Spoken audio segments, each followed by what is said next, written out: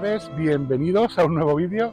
Hoy es la primera vez que estamos en una ubicación, en un lugar donde ocurrieron una serie de crímenes que todos los aficionados a la crónica negra o al true crime conocen, que es el crimen de los Galindos. De fondo tenéis los Galindos, estamos en julio, el mismo mes en el que se produjeron dichos crímenes o el asesinato de 5 personas. Dicho asesinato se produjo el día 22 de julio, faltan nada, unas semanas para que se cumpla el 50 aniversario de este crimen, un crimen que aún sigue sin resolverse, ¿no? Bueno, como ya sabéis, en el año 1975, el 22 de julio, unos obreros que trabajaban en un olivar, que no tengo muy claro si es ese que está ahí a la izquierda o aquel que se encuentra a la derecha, puedes hacer una panorámica. Allí tenéis un olivar que se encuentra a la izquierda, probablemente fuese aquel olivar desde lo alto del cerro.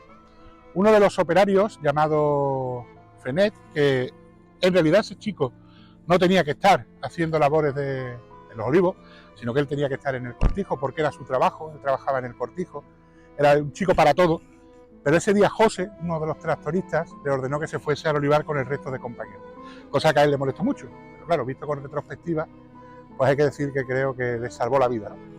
Bueno, pues a las 4 y pico de la tarde, cuando terminaba su labor, observaron que aquí en el cortijo, lo que tenemos detrás nuestra, había un incendio. Salieron todos corriendo, a una distancia que está bastante lejos, llegando al cortijo, y cuando llegaron al cortijo observaron que la zona donde está la paja, la empacadora, en la zona donde se guardaba, pues estaba ardiendo, había un incendio muy grande. Fenet entró dentro del recinto, en aquella zona de allí, en dirección a la casa del capataz, de Zapata, para ver qué estaba sucediendo, y descubrió que había un reguero de sangre y una mano señalada en la puerta de la propia casa, también manchada de sangre, ¿no? Entonces, cuando sale corriendo, salió gritando aquella típica frase de sangre y fuego en los Galindos. Cogió su ciclomotor y cogió por este camino que tenéis aquí a la izquierda, que es el camino antiguo, de hecho la valla sigue siendo la misma, que está cerrada, pero aquí está el acceso abierto. Cogió este camino, dirección a Paradas, y fue hacia el cuartel de la Guardia Civil. Y llegó pues exactamente diciendo lo mismo, sangre y fuego en los Galindos.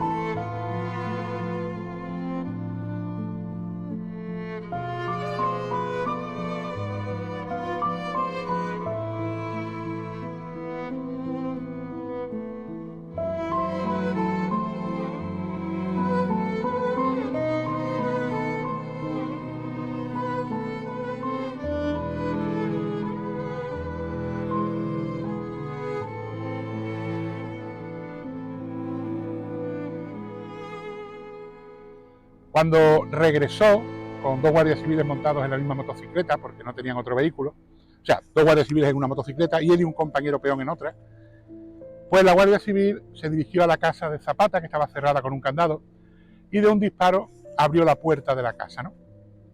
Cuando se abrió la puerta, de dentro salió una perrita llamada Tundra, que era la perrita del cortijo, y observaron que en el suelo de la casa había un reguero de sangre en dirección hacia uno de los dormitorios. Cuando penetraron en los dormitorios, o llegaron a la puerta del dormitorio, que también estaba cerrada, y consiguieron abrirla, descubrieron que en su interior estaba Juana, la mujer de Zapata, con la cara totalmente desfigurada y tendida entre medio de dos camas, ¿no? Aquello, pues, se presuponía cuanto menos un crimen atroz, ¿no?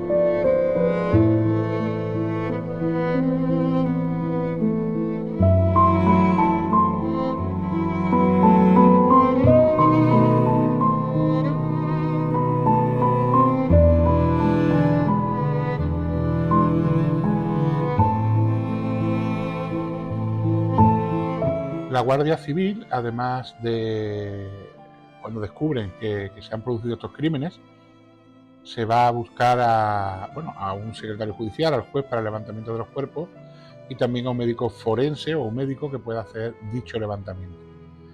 Se dirigen al pueblo de Écija y resulta que está todo el mundo de vacaciones, que no está el juez que corresponde, y entonces un secretario judicial de otro juzgado que estaba por allí, pues finalmente es el que deciden que vaya hasta Los Galindos para participar en dicho levantamiento. Además se llama al médico del pueblo de Paradas, que se encontraba en misa en el momento que se le llama, y este sube acompañado de su hijo, que estaba estudiando también la carrera de medicina, hacia el cortijo. Cuando llegan y están atendiendo, ¿no?, o levantando o tomando nota sobre el primer cadáver, que es el cuerpo de Juanita, como la llamaban en el cortijo familiarmente, el hijo del médico decide salir fuera y se queda mirando el incendio, o todavía los rescoldos que quedaban de dicho incendio en la paja, ¿no?, que tenía una altura considerable, y mirándolo ve como una especie de palo que salía de la punta o de lo más alto de dicho incendio. Se queda mirándolo y a él, que estaba todavía con los estudios de anatomía y de medicina, aquel palo o aquella caña, dice que se parecía a una caña, le recuerda a un fémur humano, a un hueso humano. Y entonces habla con la gente que estaba allí y deciden poner unos tablones y subir arriba a ver qué era aquello, ¿no?, a ver qué había encima de esa pila incendiaria que habían hecho aposta, ¿no? Cuando sube, efectivamente descubren que lo que hay es un torso humano, un cuerpo humano, en muy malas condiciones, casi completamente calcinado, y además a su lado había otro cuerpo más que tenía en su cintura una canana. Una canana es el cinto que se suelen poner los cazadores, donde se ponen los cartuchos de escopeta, ¿no? Además, cerca o en las inmediaciones de la pila encuentran unas gafas de ver, y esto unido a que el 600 de José, uno de los tractoristas que trabajaban en el cortijo de Los Galindos, estaba allí aparcado también, y José no aparecía, se llega al convencimiento de que probablemente uno de los cuerpos que hay en dicha pila incendiaria pues fuese el del tractorista José, ¿no?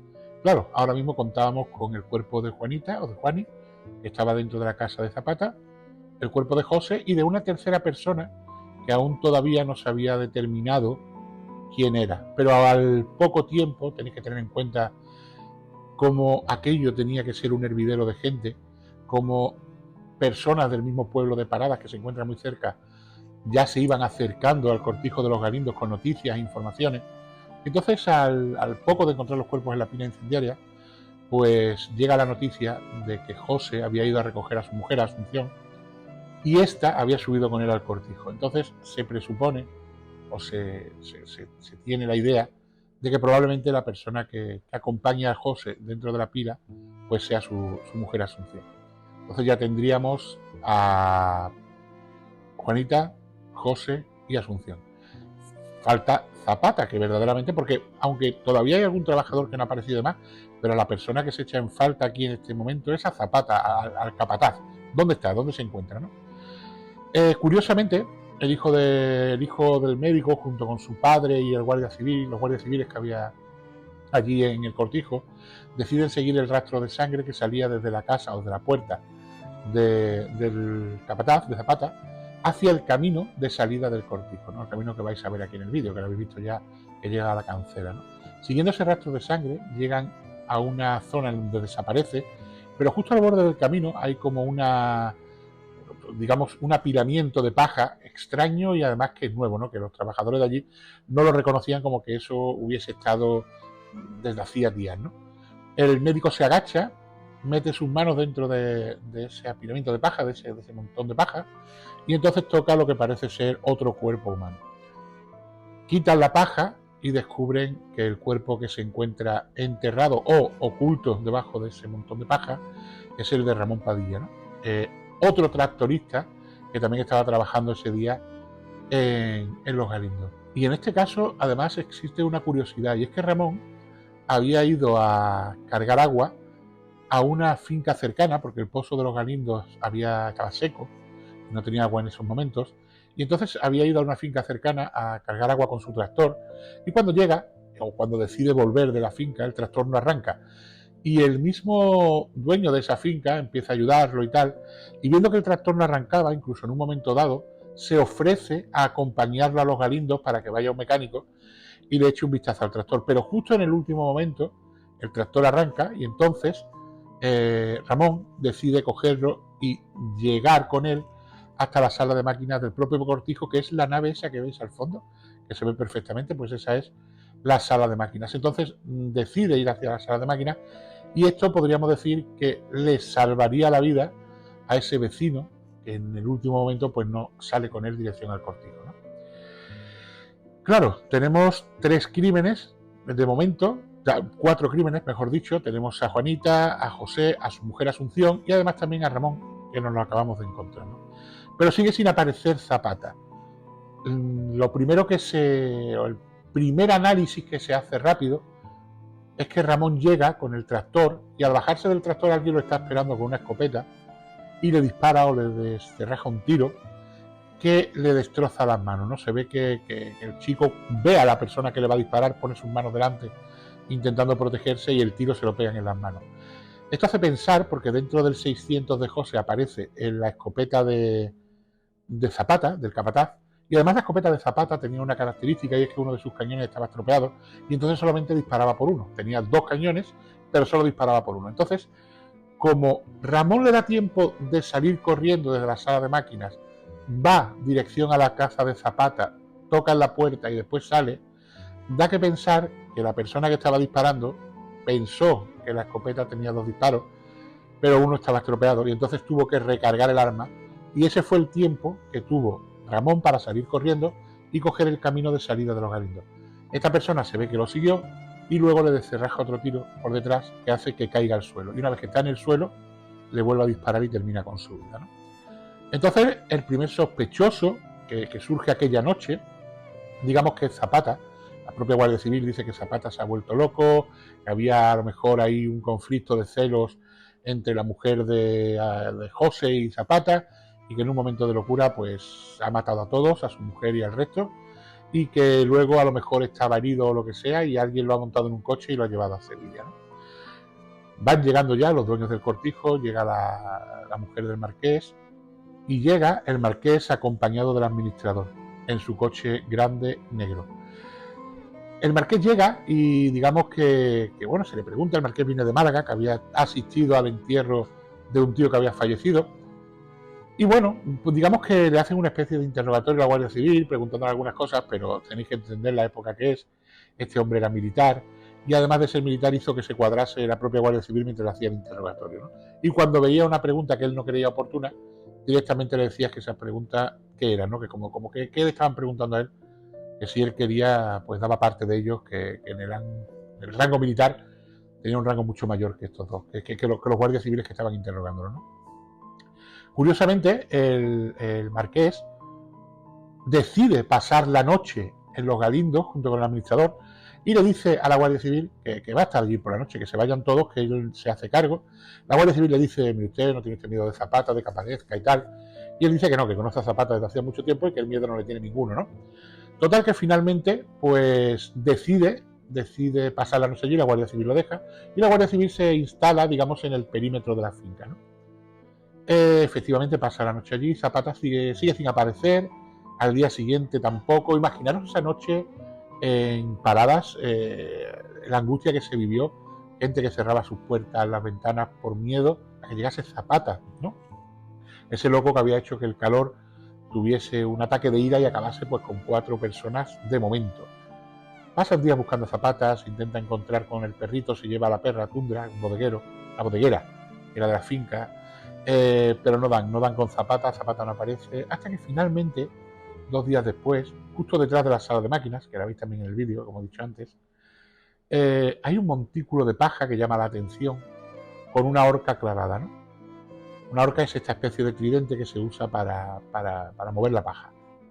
Curiosamente se retira la horca, se quita la paja y se ve que hay como una especie de plástico que envuelve algo. Y cuando sacan el plástico, aparece el cuerpo de Zapata, que había estado oculto, se supone, allí todos estos días, aunque hay testigos y testimonios de guardias civiles que pasaron por la zona, incluso uno que dice que orinó allí días antes de que ese cuerpo no estaba. No es Tundra realmente la que termina encontrando el cuerpo, porque está olisqueando por fuera del cortijo, se pone a escarbar y desentierra un pie de Zapata, y a raíz de ahí pues es cuando el cuerpo aparece, ¿no? Claro, es un poco raro porque además Zapata lleva puesto un reloj de movimiento, un reloj de viento que se llama, que le había regalado el padre de la mujer del marqués, el auténtico dueño del cortijo, y cuando se analizan, ¿no?, las horas a las que el reloj se para, no coinciden con el horario de los crímenes. Entonces, bueno, pues ya tendríamos a Zapata, a su mujer Juanita, a Asunción, a José y a Ramón, lo que haría un total de 5 víctimas en el cortijo de los Galindos. Y claro, faltaba un culpable, porque Zapata se había descubierto que había muerto también de un golpe en la cabeza, que es de lo mismo que muere Asunción, que la matan con una herramienta de la empacadora llamada Pajarito. El Pajarito, resulta que la empacadora días antes se había estropeado, entonces se había mandado a hacer la pieza de nuevo, se había mandado a pedir la pieza. Curiosamente, ese mismo día el administrador había estado por la mañana llevando la pieza nueva al cortijo. Y bueno, pues esto sería, así a grosso modo, la primera parte de este vídeo en la que hemos hablado de los crímenes. En el siguiente voy a intentar narraros las hipótesis y todo lo que se movió alrededor del caso de los Galindos.